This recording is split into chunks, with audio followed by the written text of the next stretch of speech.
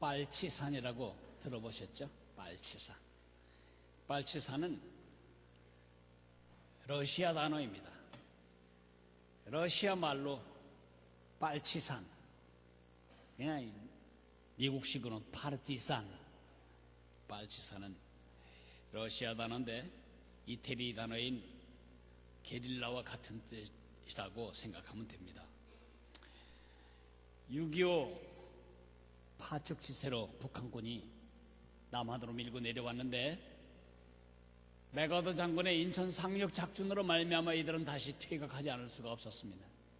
그런데 퇴각에 성공하지 못한 북한 공산군 잔당들이 뿔뿔이 산으로 흩어져 들어가서 게릴라 전투를 하며 후방을 교란하게 되었습니다.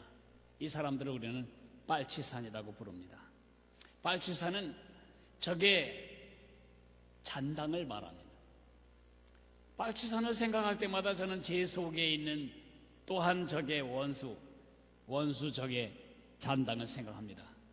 우리 내부에 있는 빨치산 이름은 죄의 유혹입니다. 예수님이 십자가에 달려 돌아가실 때에 우리의 모든 죄의 책임을 다 담당하고 돌아가셨습니다. 죄는 두 가지의 효과를 갖습니다. 내가 죄를 지으면 무슨 책임이 따릅니다. 그 죄에 대한 책임을 져야 합니다. 그러나 제가 그 죄의 책임을 지고 형무소에 가서 2년 반을 살다가 났다가 해서 모든 죄가 끝나는 건 아닙니다. 여전히 내가 죄를 지은 사람에 대해서는 마음에 불결함이 있습니다. 미안함이 있습니다.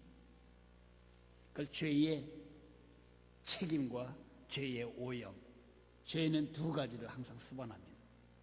예수님이 십자가에 돌아가실 때에 끝내주신 것은 죄의 책임입니다. 우리는 더 이상 그 죄의 대가를 갚기 위하여 지옥에 들어가야 할 필요가 없습니다. 그러나 죄의 책임은 끝났지만 죄의 오염은 끝나지 않습니다. 우리가 죽을 때까지는 이 육체를 입고 살아야 합니다. 우리의 옛사람이 이 속에 있습니다. 죽을 때까지는 그 옛사람을 가지고 가야 합니다. 옛사람은 죄에 대해서 아주 민감하게 반응합니다. 이 육이 바로 죄의 잔당, 빨치산 같은 존재입니다. 빨치산처럼 우리를 교란하고 괴롭혀댑니다. 끊임없이 죄는 유혹하고 우리는 그 죄에 대해서 자꾸 반응하려는 옛사람 육을 가지고 갈등하게 됩니다. 피할 수 없습니다. 늙어 죽을 때까지는 욕심 부릴 거고, 늙어 죽을 때까지 우리는 미워할 거고, 늙어 죽을 때까지 우리는 탐욕에 쩌들어 살지도 모릅니다. 이것은 이길 수가 없습니다. 결심한다고 그 일이 해결되는 것은 아닙니다. 나는 이제 앞으로 절대로 그런 짓을 안 할 거다. 그런 결심을 해놓고 끊은 죄는 몇 가지나 됩니까? 결심으로 죄가 끊어지지 않습니다. 절제와 극기로 그 문제가 해결되는 것은 아닙니다. 언제 그 문제가 해결되는지 여러분은 답을 알고 계십니다. 무덤 속에 들어갈 때 해결됩니다. 무덤에 묻히는 순간부터 우리는 죄에 대해서 유혹을 받지 않을 완벽한 승리를 얻게 됩니다. 그럼 어쩌란 말입니까? 빨리 자살이라도 해서 이 세상을 떠나야 한단 말입니까? 그럴 리가 있겠습니까? 여러분이 무덤 속에 들어가기 전에 죄의 유혹을 끊어버리는 하나님의 대책이 있습니다. 저는 결심으로 죄에서 멀어지지 않습니다. 극기로 저를 유혹하는 죄를 물리치지 못합니다. 그러나 저는 죄에서부터 점점 멀어지고 있고 죄의 유혹을 이겨낼 힘이 점점 더 강해지고 있습니다.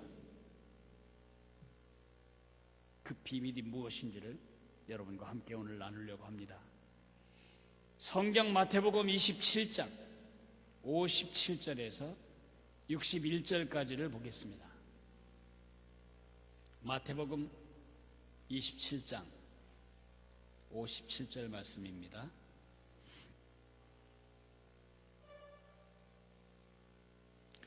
다 찾으셨으면 61절까지 같은 소리로 읽겠습니다.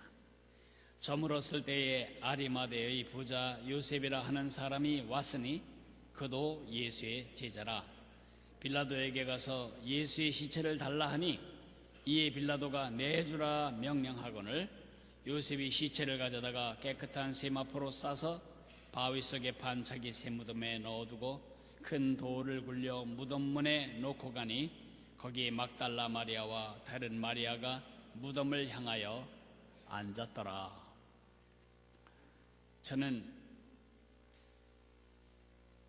숱한 장례를 치르고 집례하는 목사입니다. 저희 아버지가 돌아가셨을 때 저희 아버지 시신 제가 알코올로 전부 닦아드렸습니다. 우리 어머니 돌아가실 때 그때는 제가 직접 하진 않았지만은 우리 어머니가 입관되어 땅속에 묻히는 순간을 다 지켜보았습니다. 장례라고 말하면 사람이 숨을 거둔 직후부터 땅속에 다 매장될 때까지 전 과정을 장례라고 말합니다. 사람이 죽으면 몸이 굳기 시작하고 온 구멍에서는 물이 흘러나오기 시작합니다. 그래서 사람이 죽으면 먼저 구멍을 탈지면으로 막고 신체가 뒤틀리지 않도록 손가락과 발가락을 묶어놔야 합니다. 요즘이야 다 병원에서 하니까 우리가 그런 거 안 하지만 제가 목사가 됐을 때도 제가 사람이 돌아가시면 가서 손가락, 발가락을 묶은 적이 있습니다. 그 다음에는 몸을 씻고 그것을 싸서 관 속에 넣고 관 뚜껑을 닫고 그리고 그 관을 가져다가 땅을 파고 땅 속에 묻습니다. 요즘은 화장을 해서 납골 묘에 보존하죠. 어쨌든 이런 전체 과정을 우리는 장례라고 말합니다.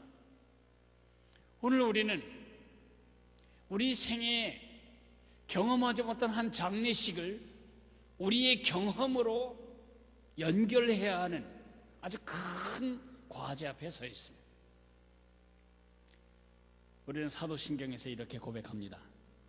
장사한 지 사흘 만에 죽은 자 가운데서 다시 살아나시고 십자가에 못 박혀 죽으시고 3일 만에 다시 살아나셨다. 그렇게 하면 될 일을 왜 장사된 지 3일 만에라는 이 사족 같은 불필요해 보이는 말을 우리는 넣어서 고백할까요? 십자가에서 죽으셨습니다. 그리고 3일 만에 다시 살아나셨습니다. 그러면 끝날 얘기 사이에 왜 장사된지라는 이 말을 집어넣냐고요. 특별히 우리 한국 사도신경은 장사된 지 사흘 만에 그래서 그냥 쑥 넘어가 버리지만은 영어 사도신경만 해도 분명하게 마침표로 끝납니다. 그는 십자가에 못 박혀 죽었습니다. 장사되었습니다. 3일 만에 죽은 자 가운데서 다시 살아나셨습니다. 그래서 아주 분명하게 예수님의 장례를 고백하고 있습니다. 왜 그럴까요? 예수님의 장례가 여러분과 제게 상관이 있는 장례이기 때문에 그렇습니다. 그것이 우리와 상관이 없다면 우리가 이 말을 넣어서 고백할 필요는 없겠죠. 두 가지 이유가 있습니다. 첫째 이유는 역사적인 이유입니다. 예수님이 완전히 죽었다. 예수님이 철저히 죽었고 예수님이 확실히 죽었다. 그것을 선언하는 것입니다. 지난 2000년 동안 원수의 가장 큰 목표, 타겟은 예수님의 부활을 부정하는 것입니다. 예수님이 죽지 예수님이 부활하지 않아야 기독교는 존재가 없어지버려요. 기독교를 말살하는 가장 좋은 방법은 예수님이 부활하지 않았다는 것을 증명하는 것입니다. 예수님이 부활하지 않았다는 것을 말하기 위해서 제일 쉬운 것은 예수님이 진짜 죽지 않았다고 말하는 것입니다. 그래서 예수님이 십자가에서 대충 죽은 것처럼 실신했을 때 그 시신을 바위 속에 갖다 놓았더니 바위에서 나오는 서늘한 기운 때문에 그가 다시 회복이 되었던 것이지 실제 죽은 것이 아니다. 아니면 어떤 여자들이 엉뚱한 무덤에 가서 보고 와가지고는 예수님이 무덤 속에 없더라, 그 얘기가 와전돼서 예수가 다시 살아났다고 한 것이지 실제로는 부활한 것이 아니다. 또는 어떤 여자들은 예수님을 너무 사모해서 마음에 가졌던 그림대로 예수님이 진짜 살아난 것처럼 환영이 보였다, 환상이 보였다는 것입니다. 그러나 우리는 지난 2000년 동안 이렇게 고백하고 있습니다. 십자가에 못 박혀 죽으시고 장사되었습니다. 그리고 3일 만에 다시 살아나셨습니다. 얼마나 초대교회에 예수님의 부활을 지워버리려는 시도가 많았는지를 느끼게 만드는 대목일 뿐만 아니라 오늘 이 고백은 우리로 하여금 우리에게 주어지는 상관성 때문에 반드시 이 말을 고백해야 하는 것이 됩니다. 첫 번째가 역사적인 중요성이라면 두 번째는 영적인 중요성입니다.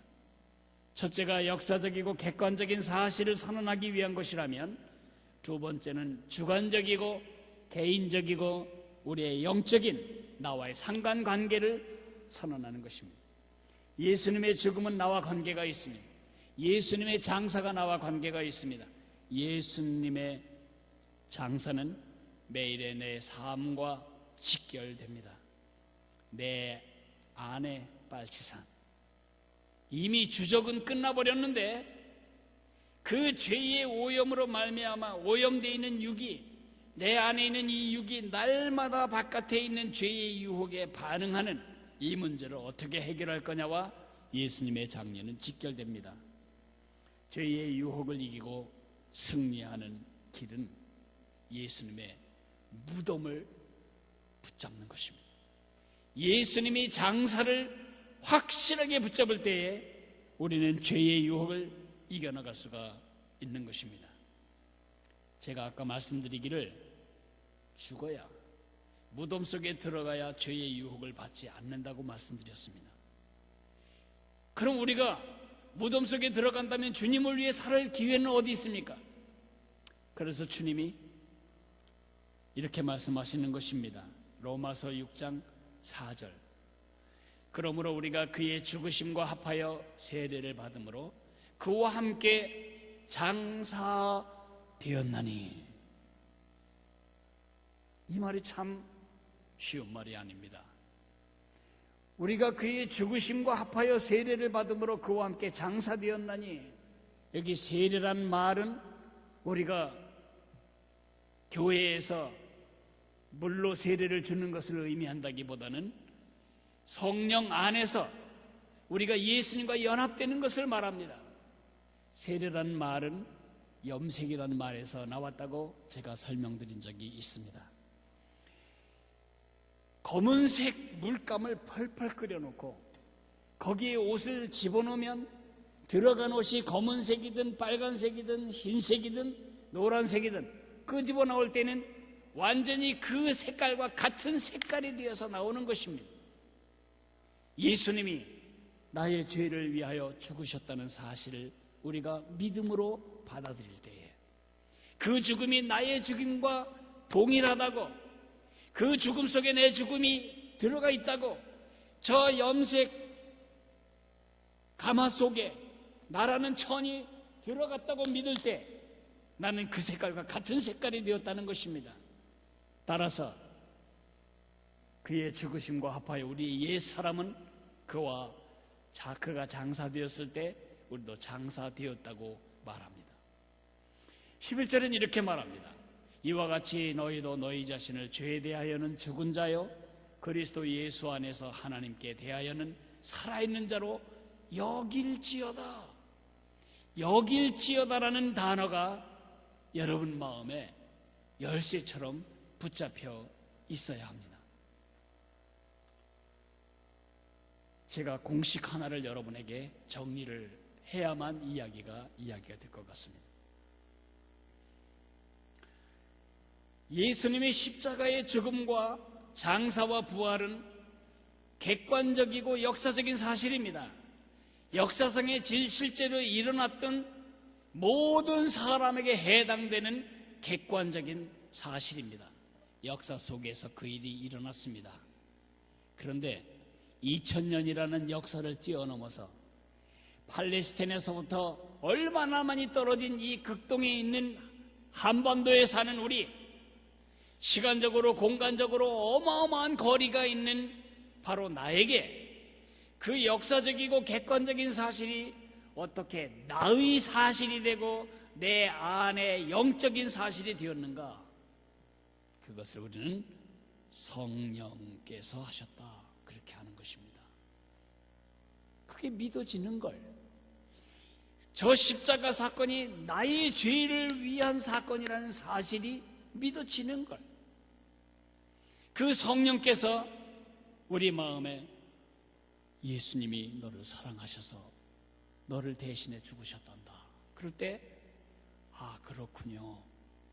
그게 믿어지는 일이 어떻게 된 일이냐 하면 내가 한 일이 아니고 성령께서 하신 일이다. 2000년 전에 십자가에 못 박혀 돌아가신 그 예수님, 다시 살아나신 예수님은 오순절에 성령으로 다시 오셔서 시간과 공간의 제약을 받지 않는 성령으로 오셔서 우리 마음을 두드리셨고, 2000년 전에 십자가에 죽은 내가 바로 지금 네 마음을 두드리는 나다. 그럴 때 우리 마음에 그것이 믿어지더라는 거죠. 이것은 신비입니다. 이건 과학이 아닙니다. 논리로 설명될 수 없습니다. 그게 믿어지는 걸, 남들은 죽었다 깨도 안 믿어진다는데 난 그걸 믿는 걸, 그 일이, 그 고리가 뭐냐면 바로 성령님이십니다. 다음, 그 주관적이고 영적인 사실이 마음속에 있는 한 정신적, 추상적 개념으로 넘는 게 아니고 이제 이것이 내 현실에, 경험 안에서 벌어지는 사건이 된다는 겁니다. 예수님이 내 삶을 도우시고 예수님이 내 기도를 들으시고, 나는 오늘도 예수님 때문에 내가 하고 싶은 말을 다 하지 않고 그 예수님 때문에 미운 사람을 용서할 수 있고, 그 예수님 때문에 아깝지만 손을 펼 수 있고,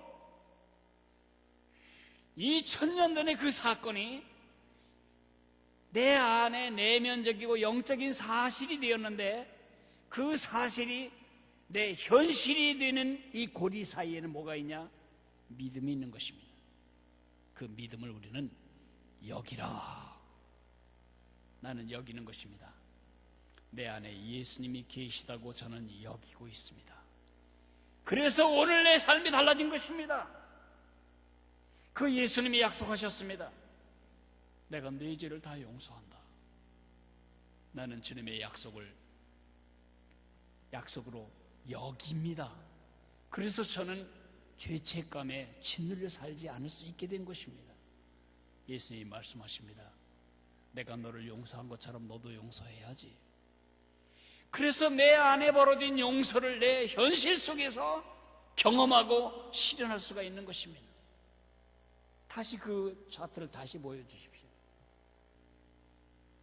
제가 초신자 시절에 이렇게 정리를 누군가 해줬다면 긴 세월 제가 헷갈리지 않고 예수님을 따를 뻔했습니다. 구원만 그런 것이 아닙니다. 죄에 대한 승리도 그렇습니다. 예수님이 십자가에서 우리의 죄를 지고 돌아가셨습니다. 그 예수님이 십자가에서 나의 죄값을 다 치르셨다는 것을 우리에게 설득하신 분은 성령님이십니다.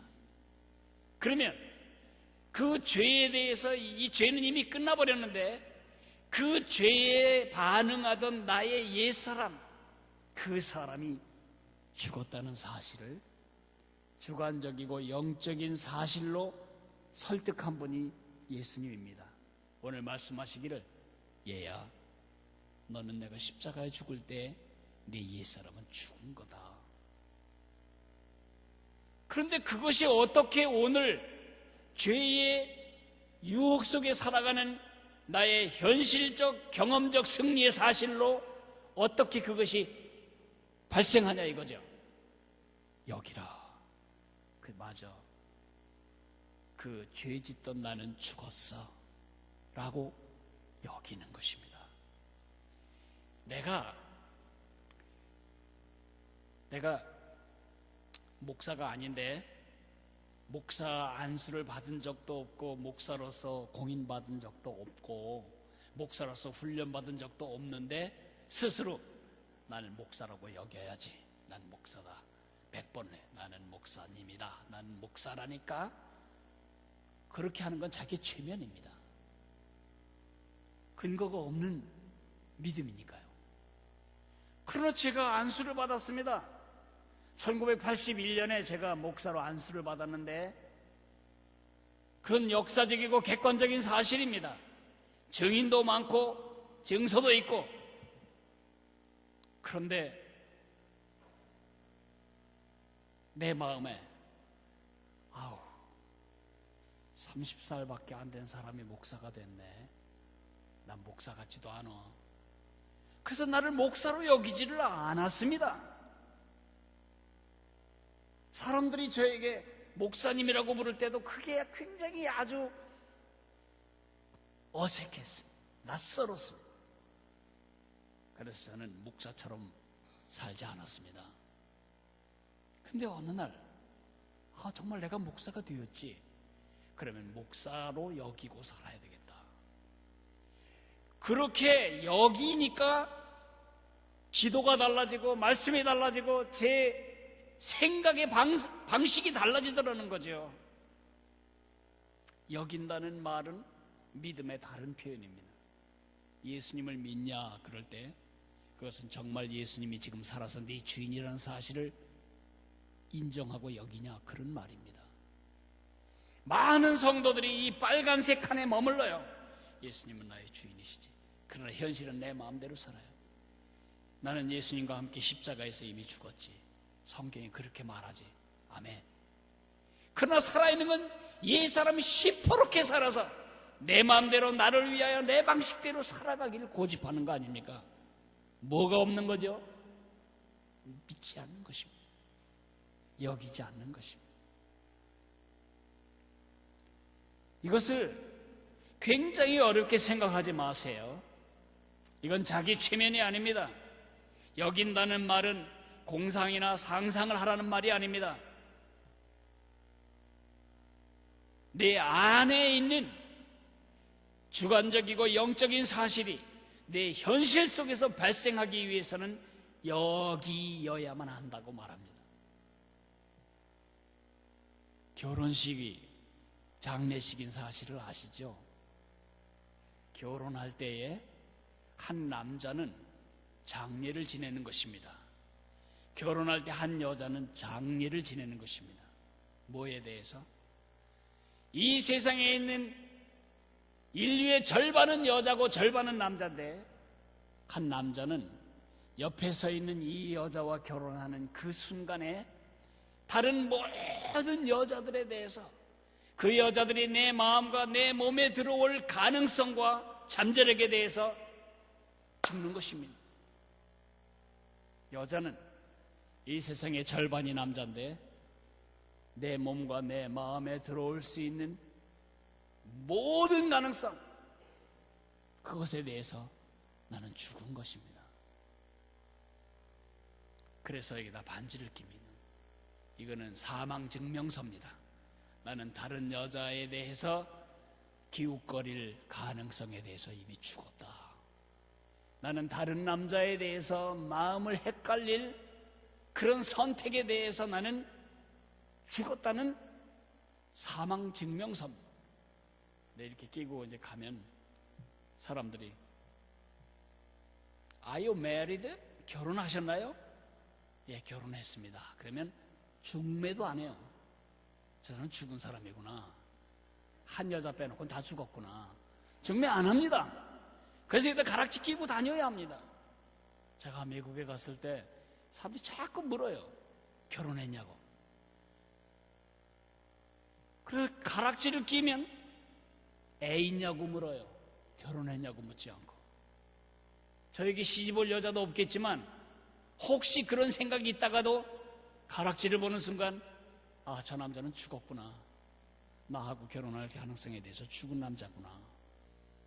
나에게 집적거리지도 않고 나도 집적거리지 않아요.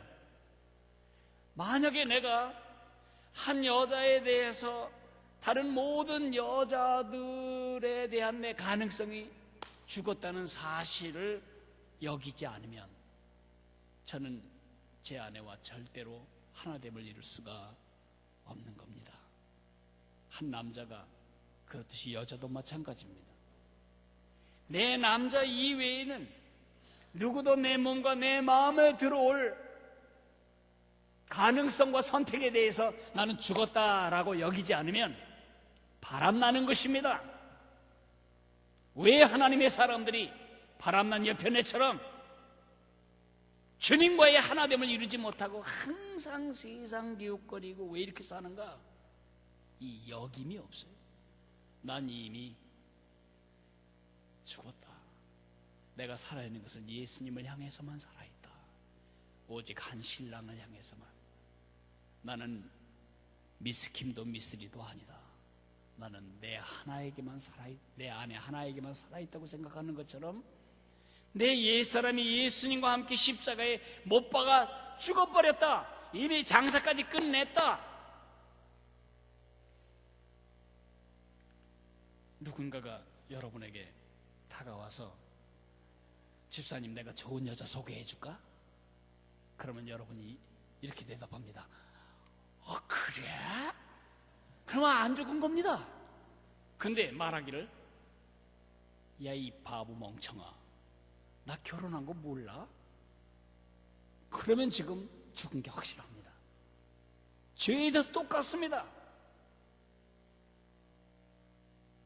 우리나라는 관 속에 들어가면 다 묶어버리고 아예 관을 닫아버리기 때문에 가족들 이외엔 못 보지만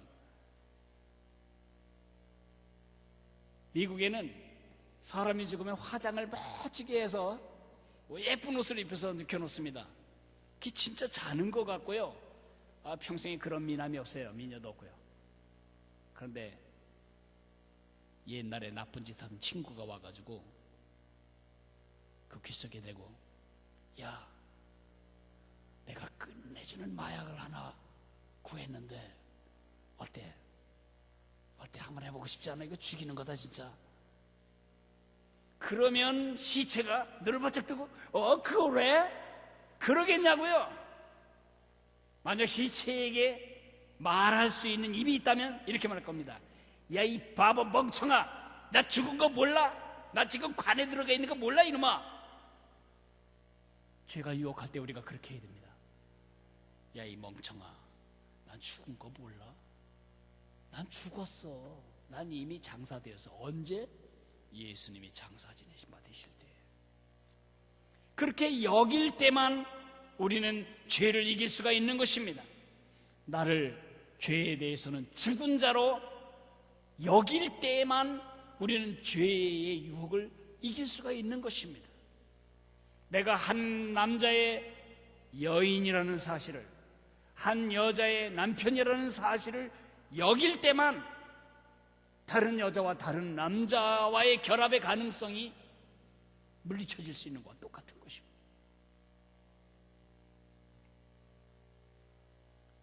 옛사람은 예수님과 함께 같이 장사되었음을 우리는 늘 기억해야 합니다. 이 여기라는 단어는 로마서 6장 11절에 여기라는 단어는 현재형 동사입니다. 그리스어에서 현재형은 현재만 그러라는 현재 시점을 말하는 게 아니고 동작의 성질을 말합니다.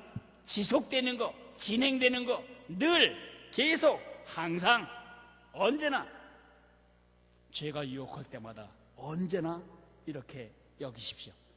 나는 죽었다. 나는 끝났다. 나는 예수님이 장사 지낼 때 이미 끝난 존재다.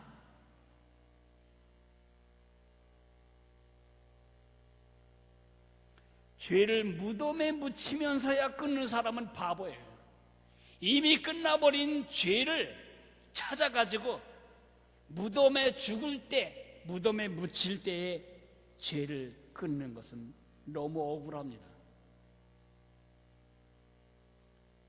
살아서 죄를 끊는 방법, 예수님의 무덤으로 나의 죄를 끊어버리는 것입니다. 항상 죄가 유혹할 때 예수님의 무덤을 생각하며 난 그때 예수님과 함께 못 박혔지. 이런 짓을 할 수 있었던 나는 옛날에 죽었지. 죽은 자로 여기는 방법 이외에는 어떤 수로도 여러분이 죄를 이길 수가 없습니다.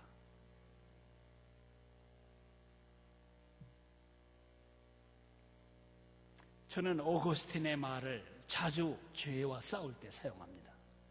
죄가 또 와서 막 긁어댑니다. 오거스틴이 길을 가는데 자기가 탕자로 살 때에 같이 어울렸던 장녀 하나가 이렇게 말합니다. 오거스틴! 아이 오거스틴! 그래도 못 들은 채 하고 갑니다. 막 쫓아와서 팔을 붙잡고 말합니다. 오거스틴! 나야 나 몰라? 그럴 때 오거스틴이 한 말, 너는 여전히 너지만 나는 그 나가 아니다. 너는 여전히 너지만 나는 그 나가 아니다. 그 선언을 할 수 없다면 예수님이 이미 끝내버린 전투에서도 우리는 패잔병 발치산에게 질질 끌려 당하고 있는 마을 주민처럼 우린 그런 고통스러운 삶을 평생 이어가게 될 것입니다. 우리가 해야 할 일,